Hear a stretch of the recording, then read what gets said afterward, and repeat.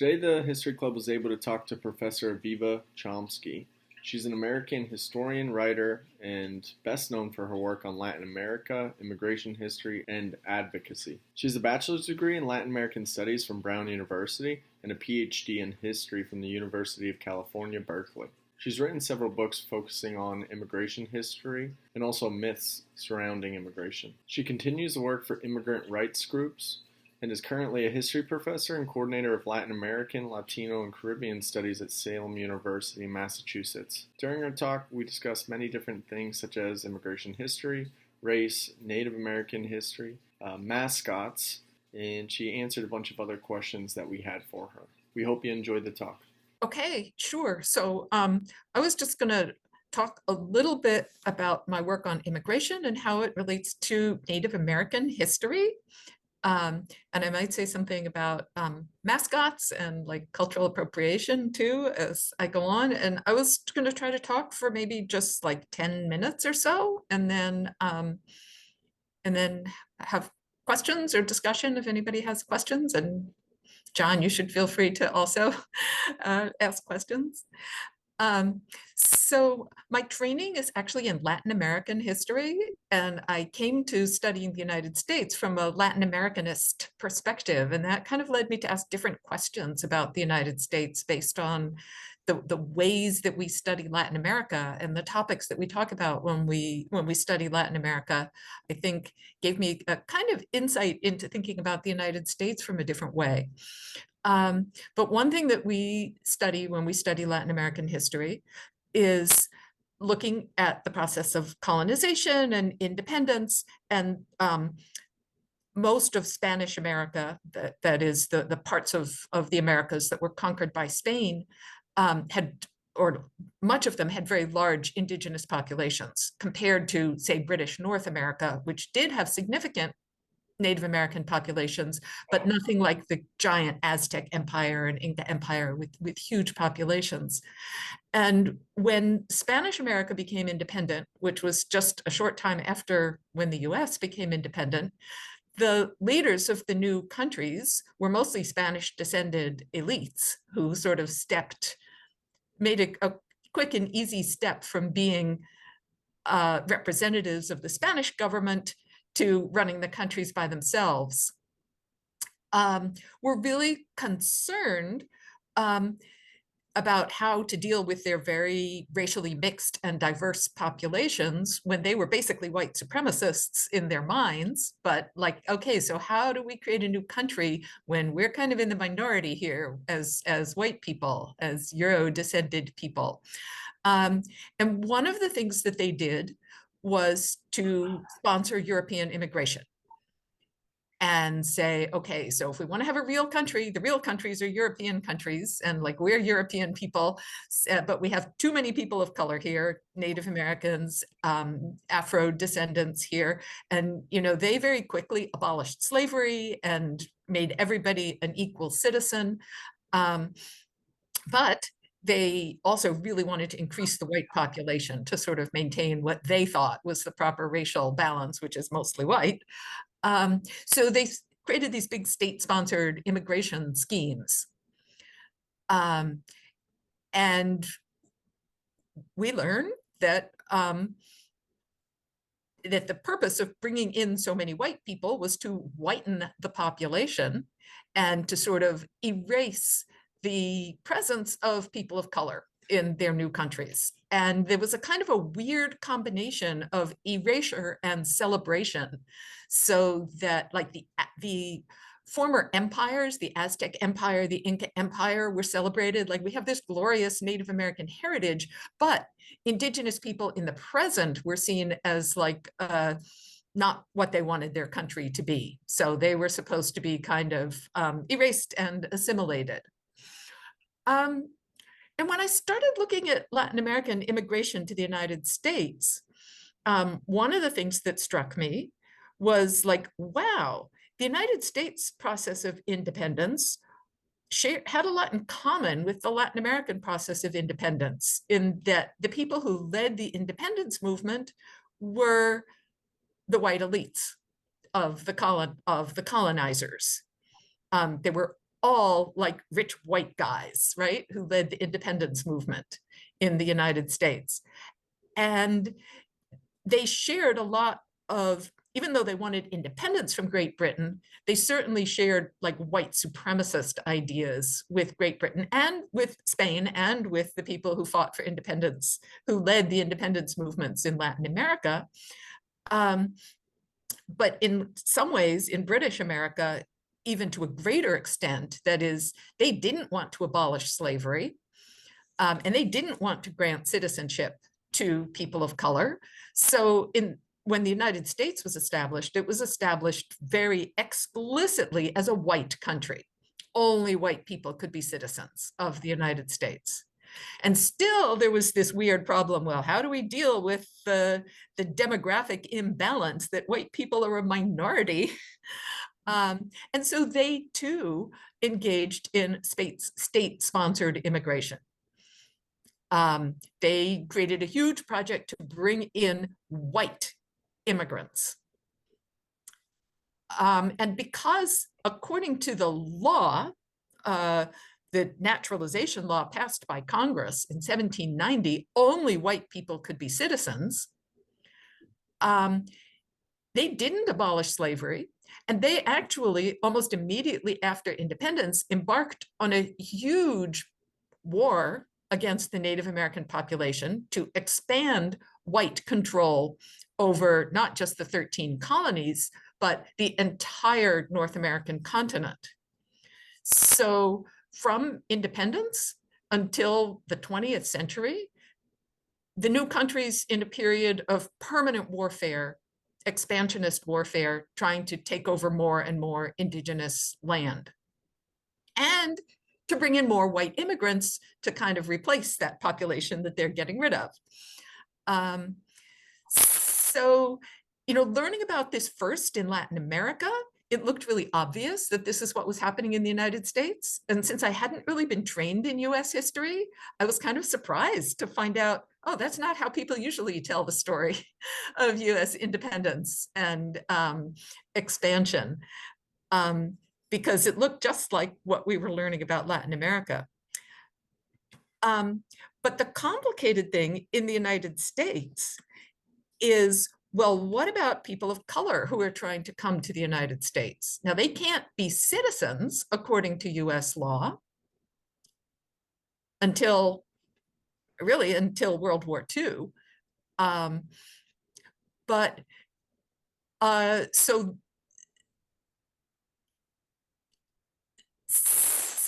So the United States, it creates this situation where we have a large population of non-citizens in the country, and continue to encourage migration from places like China, from Mexico, as laborers who can't be citizens. But they aren't considered immigrants. They're just considered workers who are supposed to work but never become citizens. And immigrants are supposed to be white Europeans. So to try to keep that correct demographic balance of a white majority country.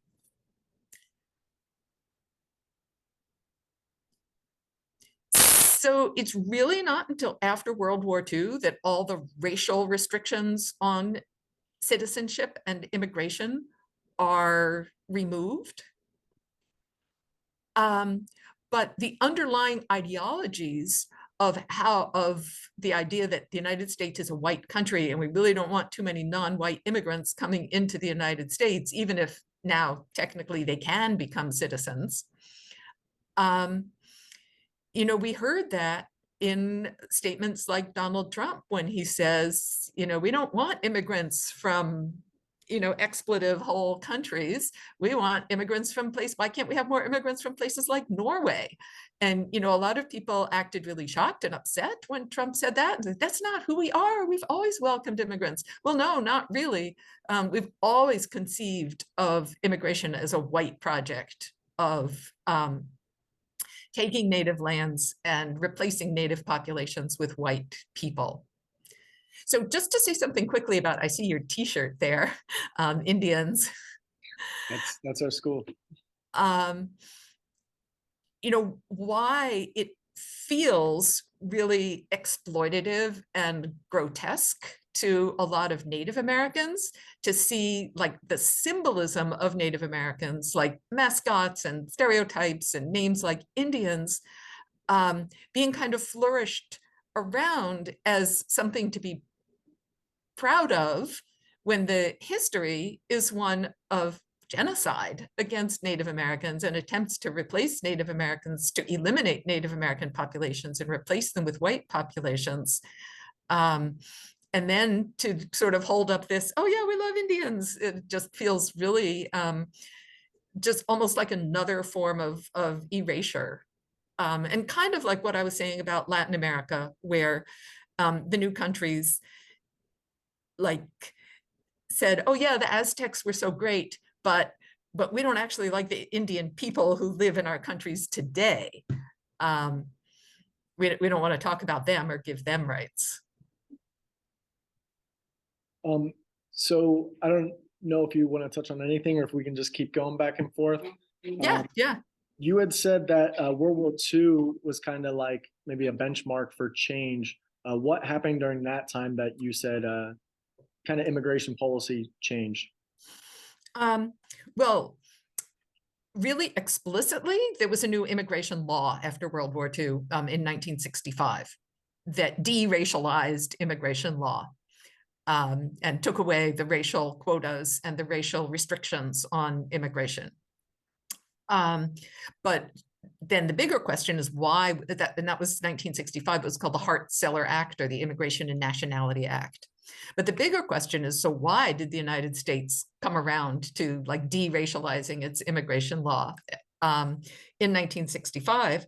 Well, a bunch of things are happening at home and abroad that push the U.S. in this direction. So, World War II in the United States was conceptualized or understood as a war against Nazism and even a war against racism.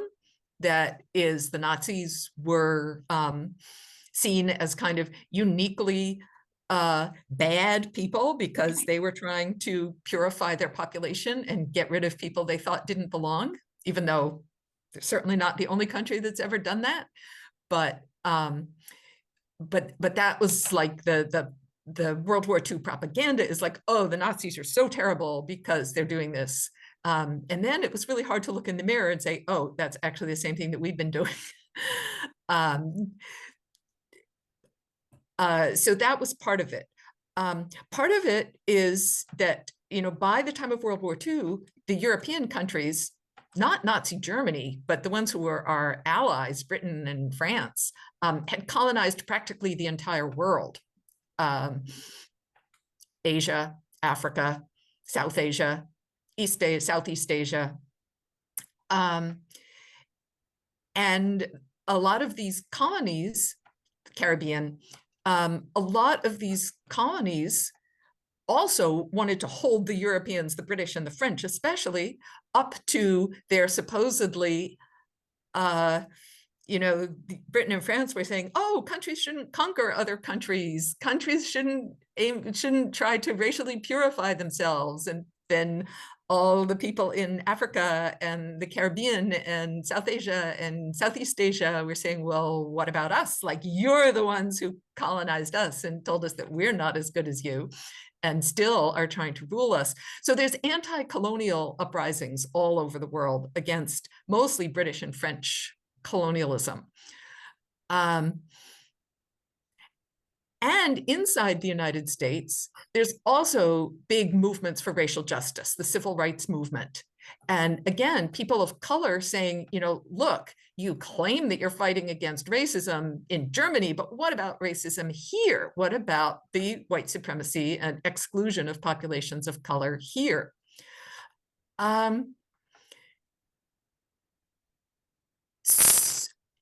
And then there's the Cold War.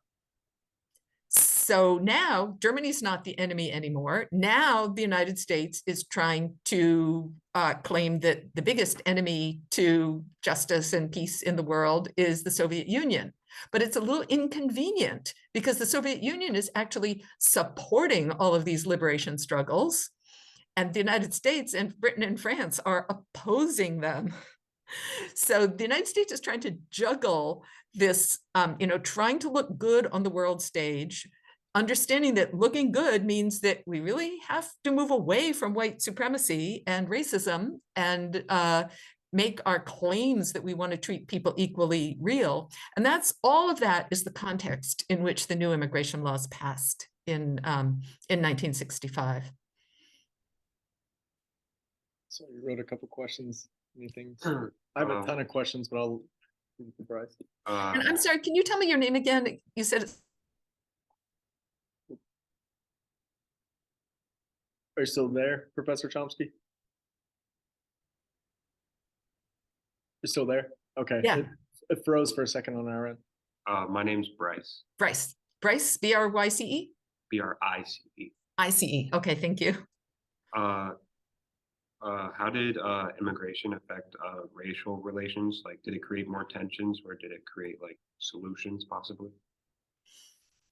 Well, I think that that's a really good question, because a lot of different things happened as immigration diversified in the US. So after the 1965 law, the composition of immigration really changed. So there's been a lot of immigration from Latin America and Asia. So for the first time after 1965, immigration became associated with people of color. Up until then, immigration was really, it meant white people. So after 1965, immigration starts being associated with people of color instead of white people. Of course, white people still immigrate too, but the idea, so a bunch of different things happen. The population of people of color in the United States grows, and that brings all different kinds of alliances and tensions with white people in the United States and with people of color in the United States. So like one thing we see in Boston, and this is kind of unique to Boston, but like the Black population in Boston is primarily immigrant, not African-American, because the African-American population has stayed stable or declined while large numbers of Black immigrants have come in. So, so the Black population has become much more diverse in that there's immigrants from all parts of Africa, from parts of Latin America, from Brazil, from the Caribbean. So we have a much more diverse Black population, and that creates both tensions and new kinds of alliances. But it's also like we don't really see the kind of anti-immigrant racism prior to 1965 that we do coming out after 1965. So after 1965, we also start seeing a lot of anti-immigrant legislation passed. The idea that we have to militarize the border and keep people from coming from Mexico, and a lot of the statements made by Donald Trump, but also, Kamala Harris, when she went to Guatemala, she said, Guatemalans, we have a message for you. If you're thinking about coming to the United States, just don't come. That's our message for you. We don't want you. Just don't come. So it's created new kinds of outlets for racism. And it's almost like you could say it's a way of covering up and denying racism, of saying, we just don't like them because they're immigrants.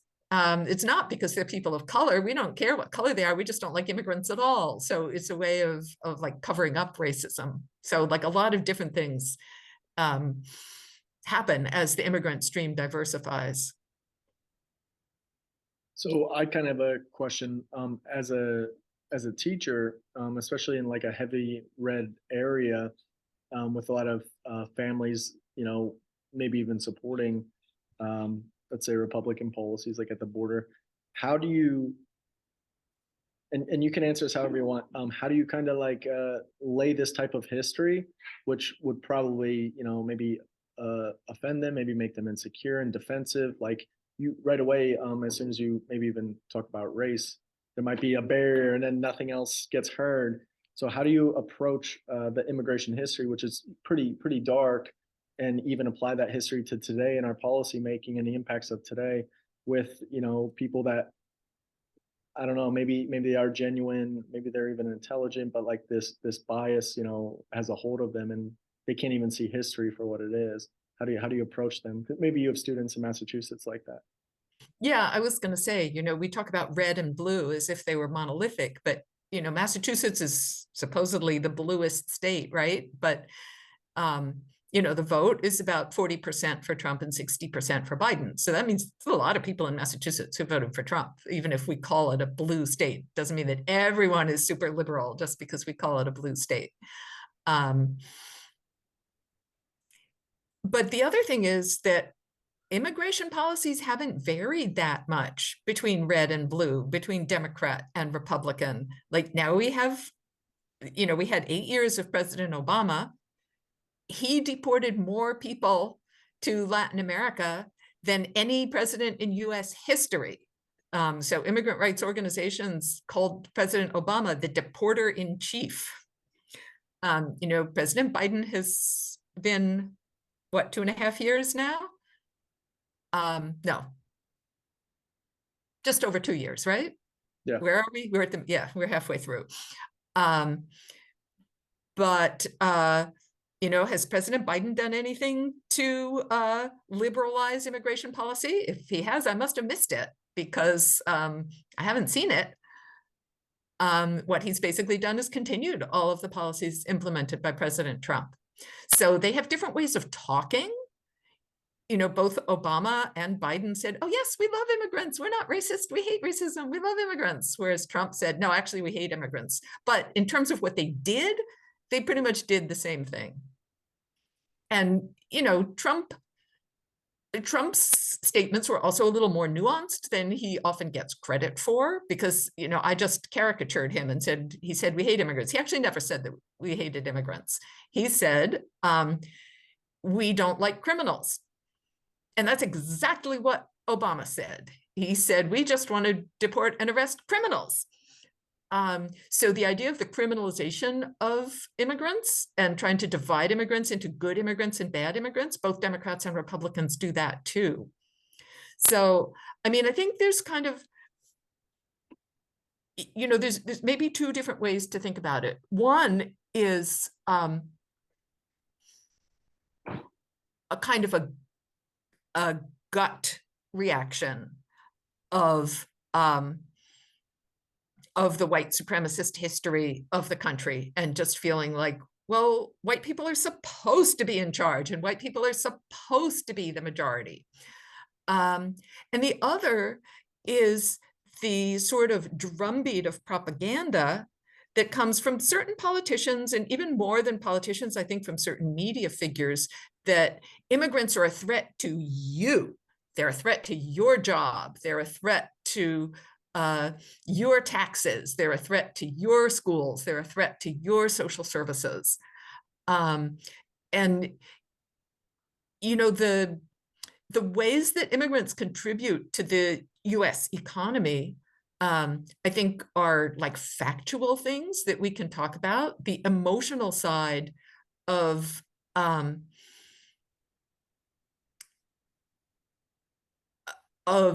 fear, I guess, also is really worth deconstructing and trying to figure out where it's coming from, because I don't think that most people on either side of the red-blue divide really believe that the United States should be a white country. They may feel a lot of things that lead them in that direction, but I think that most people on both sides of the divide believe in equality. And so I don't know. So you would kind of say that you almost want to maybe build bridges and use maybe data, as you said, like with the Obama stat, like I think that might be something maybe to reel people in. to be like, oh wow, like he has deported, and maybe use data, as you said, with deconstructing myths with taxes and getting all these benefits, and are they taking their jobs? Are they all criminals? And those, I mean, I wrote a book called They Take Our Jobs and 20 Other Myths about immigration that I always say, like, the real problem is that not enough people read the book. If they had, we'd have reformed our immigration policy already. But that tries to deconstruct some of those myths. Even though, like, for me, immigrant rights are human rights, and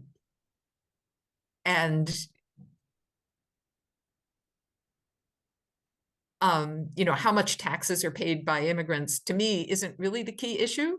But if we look at the statistics, in fact, most immigrants do, any immigrants who work pay taxes. And in a lot of cases, immigrants are not eligible for the benefits they should be getting for the taxes that they're paying. So they actually contribute a lot more than they get back, as opposed to citizens. Yeah.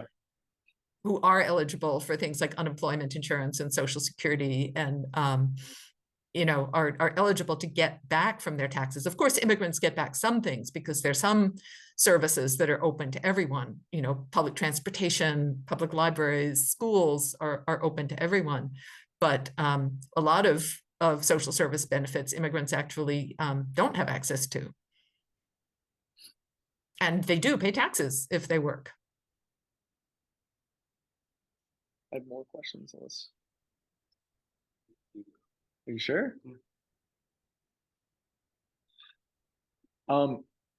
So I was curious why you became interested in Latin American history. You said that from the beginning. So I guess I would say a couple of different reasons. When I, way back after I started college, I took off for a year just to, you know, kind of find myself. I didn't really know. It wasn't because I knew what else I wanted to do. I just felt like, and I was probably right, that I wasn't ready to be in college yet. I didn't really understand what I was doing there. But I ended up during that year working as a volunteer for the United Farm Workers Union in California, Cesar Chavez's union. And most of the farm workers in California were at that time, and that was in the late 1970s, mid 1970s, were at that time and still are today Mexican immigrants, a lot of them undocumented.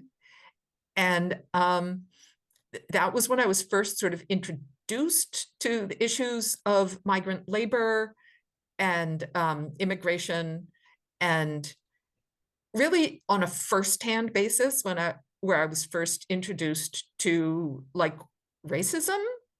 Of course, racism permeates all of society, but it wasn't something that I understood on a daily basis until I was working for the farm workers and seeing the kind of propaganda in anti-immigrant propaganda in California, and the ways that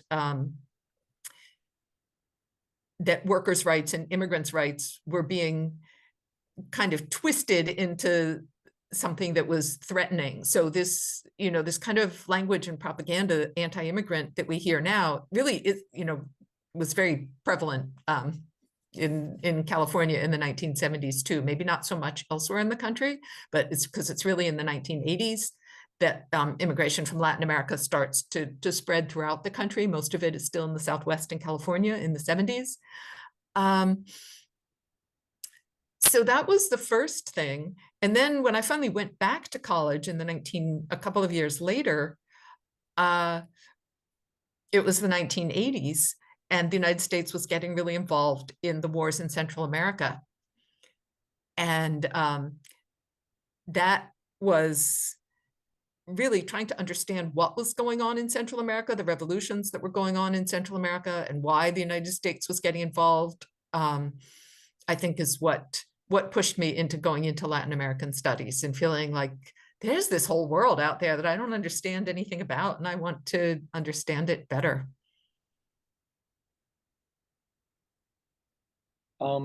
My next question would be on mascots and schools Oh, that okay. maybe have the name Indians in them.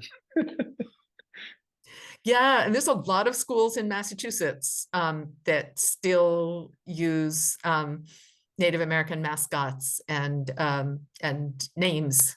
So it's not just where you are, it's everywhere.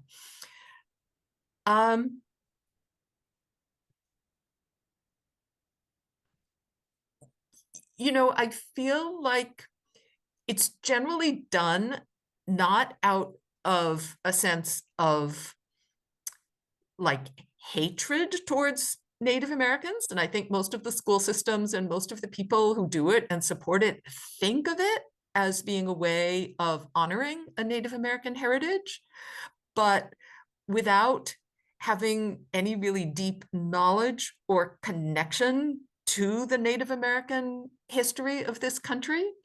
And not just the history, but also the present. So it's kind of using a stereotyped image that that kind of sanitizes or papers over or even turns into a kind of a joke, a history of genocide and conquest and displacement and removal. So, you know, just imagine if, say, if Russia succeeds in taking over Ukraine and exterminates 90% of the Ukrainian people and establishes a Russian government for hundreds of years in the Ukraine, and then starts to revive some like caricatures of Ukrainians and say, yes, we're the Ukrainians. It would feel kind of sickening and disgusting and offensive. Like the worst thing is the fact, this is a hypothetical. I'm talking about what, what hopefully is not going to happen. But if it did happen, the worst thing would be, of course, the extermination and displacement of Ukrainians and the destruction of their language and culture and everything else. But it's just like adding insult to injury at the end to say, hey, we're the Ukrainians, ha ha ha, look at our nice symbol. Is there a bigger movement now to get rid of that, especially after like the Redskins have finally gotten rid of it? Is that like a trend that you notice or? Well, I think it's been going on for quite a while. And there's actually a really nice documentary that I recommend called More Than a Word. I can give you the link. I just happen to have it up here. Looking at some of the movements and explanations of why it's so offensive.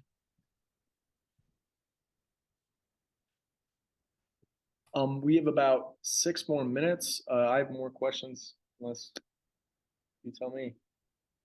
I was curious what you thought about like native reservations and if they're justified and like why you think we might still have them today.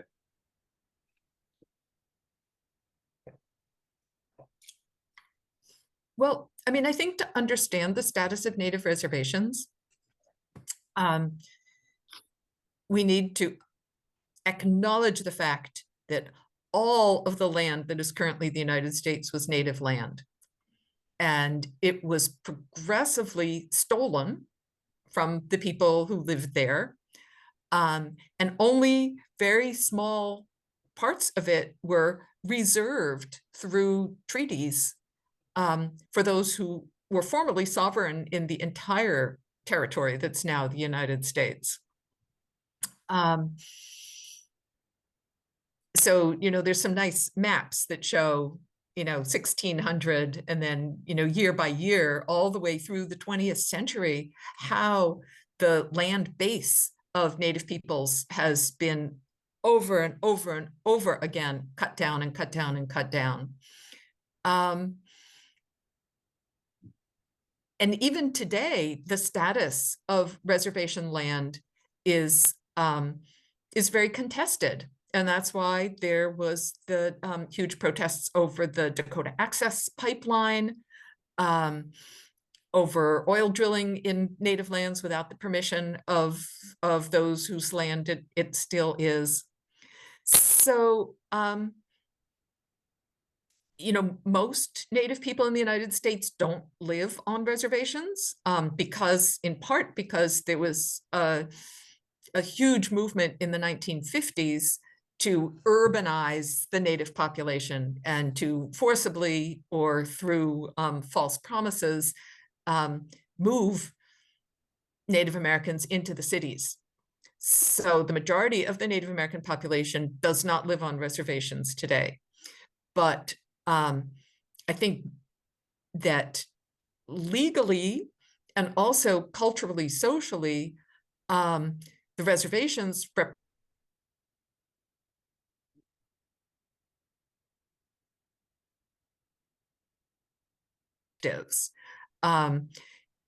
Native Americans are very different from other so-called minorities or people of color in the United States, in that they still retain their status as sovereign nations. And trying to define what that sovereignty means in today's United States and how to make that sovereignty more real, I think that the land base of the reservations is really key to that struggle. I was gonna ask, I don't know if you can be concise or not. I know your father doesn't like concision, but we have 3 minutes left. Your favorite part of history and why you think history is important. Well, I think I've always been attracted to the late 19th and early 20th century part of history, especially in Latin America, because I feel like that's the period when US influence in Latin America really kind of took over.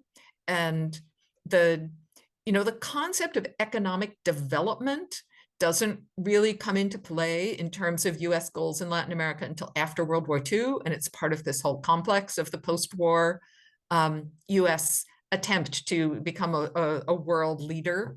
But I think the groundwork for it was also done in that late 19th, early 20th century period. And that's what I wrote my dissertation on, was that's when the United Fruit Company first went to Central America and started building these big plantations and arguing that it was going to bring progress, and the use of different types of forced and coerced labor systems to create what they called progress, and progress for whom? A lot of those questions. I think that late 19th, early 20th century is a really important period to look at, to understand them. Why is it important to study history? A lot of people say, if you don't understand the past, if you don't learn the past, you're condemned to repeat it. And I don't necessarily agree with that, because I think that the winners in the past can often look back and say, okay, we did it once, now we can do it again. So I'm not sure it necessarily follows that if you study the past, you won't repeat it. But I do think it's extremely important to study the past to better understand the present. So we have 1 minute left. Your advice to history students and any resources that you think are helpful for history students. Just read as much as you can, and not just what you find on the internet. Read books and read articles and read analyses. And my favorite, I like to tell my students that there's always a right answer in history. And not only that, but it's always the same answer to any question about history. There's one right answer, and it's always the same answer. And that answer is, it's complicated. So history is a lot more complicated. And if you just boil it down to an oversimplified narrative, you miss so much of what's going on. So make room for the complexity in your mind. Thank you, Professor Chomsky.